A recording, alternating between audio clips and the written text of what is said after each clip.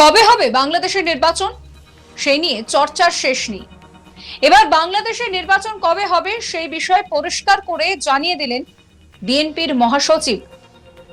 এজন্য বাংলাদেশের অন্তর্বর্তী সরকারকে যৌক্তিক সময়ও দেওয়ার কথা জানিয়েছে বাংলাদেশ জাতীয়তাবাদী দল। নির্বাচন প্রশ্নে অতি দ্রুত আলোচনার জন্য উদ্যোগ নিতে অন্তর্বর্তীকালীন সরকারের প্রতি আহ্বান জানিয়েছেন বিএনপির মহাসচিব মির্জা ফখরুল ইসলাম আলমগীর। রবিবার দুপুরে রাজধানী ঢাকার গুলশানে বিএনপির চেয়ারপারসন খালেদা জিয়ার কার্যালয়ে একটি সাংবাদিক সম্মেলন করেন মির্জা ফখরুল। সেখানে তিনি জানান যে আমরা সংস্কারের ডাক দিয়েছি, আমরা 31 দফা দিয়েছি। এটা একটা যৌক্তিক সময়, ইলেকশন কমিশন ঠিক করতে হবে, কমিটিকে ঠিক করতে হবে। এগুলো বেশি সময় লাগার কথা নয়, 3 মাসের মধ্যে ক্লিন করে ফেলা যাবে। খুব কঠিন যে একটা কাজ তা নয়। একটা এফিডেভিট পার্লামেন্ট যদি না থাকে তাহলে কখনোই সুন্দরভাবে গণতন্ত্র থাকবে না। সেই জন্যই আমরা সংস্কারের প্রস্তাব দিয়েছি। আমরা খুব ক্লিয়ার, সময় দিতে চাই, যৌক্তিক সময় দেব। আমরা সহযোগিতা করব, রাজনৈতিক দলগুলোর সঙ্গে কথা বলতে হবে। আমরাও 31 দফা দিয়েছি, আমাদেরকেও আলোচনা করতে হবে। নির্দিষ্ট সময় কাউকে দেওয়া হচ্ছে, কিন্তু তার থেকে বেশি সময় দেওয়া হবে না। এই সরকার অবশ্য জনগণের সমর্থিত সরকার। কি বলছেন মির্জা ফখরুল, শুনুন।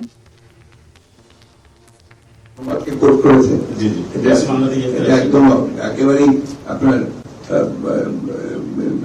বাজে একটা কথা।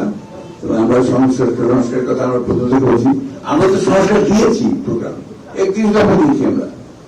আমরাই তো আপনার তার অনেক আগে আমরা নিজেরাই সংস্কার রাষ্ট্র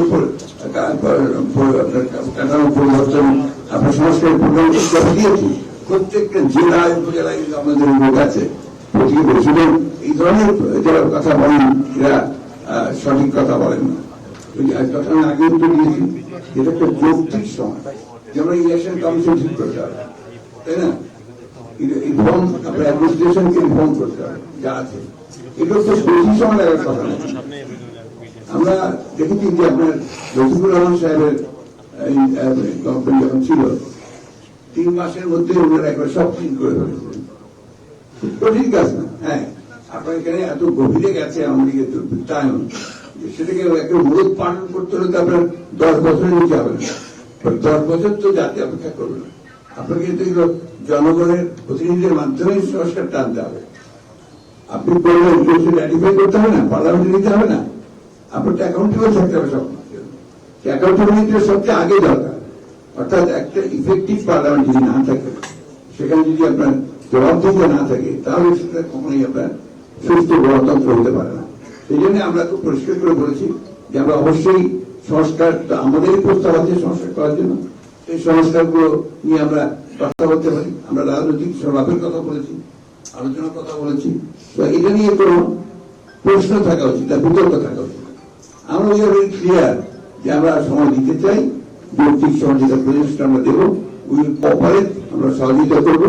তবে রাজনৈতিক দলগুলোকে অবশ্যই আস্থার মধ্যে নিয়ে তাদের সঙ্গে কথা বলতে হবে, সংলাপ করতে হবে। সংস্কার আমরা তো 31 দফা দিয়েছি, তা আমাদের 31 দফা নিয়েও তো আলোচনা করতে হবে, তাই না? তো এই জিনিসগুলো আমি অনুরোধ করবো যে এটিকে পজিটিভলি সবাই দেখেন, পজিটিভ হিসেবে দেখবেন। আমরা সবসময় দেখেছি যে আমরা কতগুলো বিষয় এই দেশে দুর্ভাগ্যজনকভাবে চলে আসে, যেগুলো নেগেটিভলি সমাজে চলে আসে। বিষয়টা একটু পজিটিভ নিতে হবে। অনির্দিষ্ট কালের সময় কাউকে যাওয়া যায় না। আমরা দেখেছি আপনার 1/11 আপনার এই দুর্ঘটনা ঘটেছে। সুতরাং আমরা যেটা চাই, এই সরকার অবশ্যই জনগণের সমর্থিত সরকার, এবং আমরা সমর্থন করছি, কিন্তু এটা 3 ইন্টারিম হবে। সুতরাং এটাকে তার কাজগুলো করে দ্রুত পার্লামেন্টে যেতে হবে, ইলেক্টেড পার্লামেন্টে। মির্জা ফখরুল ইসলাম আলমগীর বলেন যে বাংলাদেশের মানুষ ভোট দিতে চান, তারা ভোট দেওয়ার জন্য উদগ্রীব। এই জন্য তারা 3 মাস অপেক্ষা করতেও রাজি আছেন। তিনি বলছেন যে একটা যথাযথ সময় দেওয়া হবে, যৌক্তিক সময়। পাশাপাশি তিনি আরো বলছেন যে এই জন্য আমরা এখানে সরকারকে কিছুটা যৌক্তিক সময় দিতে চাইছি, কিন্তু সেটা আগের মতো 2-3 বছর নয়। আশা করি তারা এটা মেনে নেবেন। গত 5ই অগস্ট বাংলাদেশের প্রধানমন্ত্রীর পদ থেকে ইস্তফা দেন শেখ হাসিনা। তারপরেই দেশ ছাড়েন তিনি।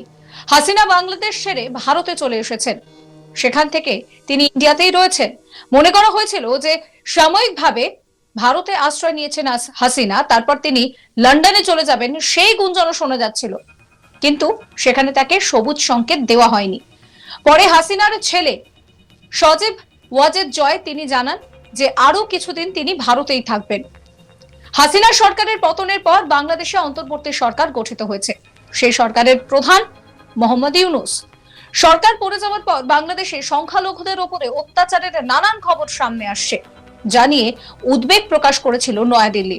পরে ইউনূস এই বিষয়ে ভারতকেও আশ্বস্ত করেছে। এই প্রেক্ষিতে দাঁড়িয়ে নির্বাচন যথেষ্টই গুরুত্বপূর্ণ, সেই কথা বলছেন মির্জা ফখরুল।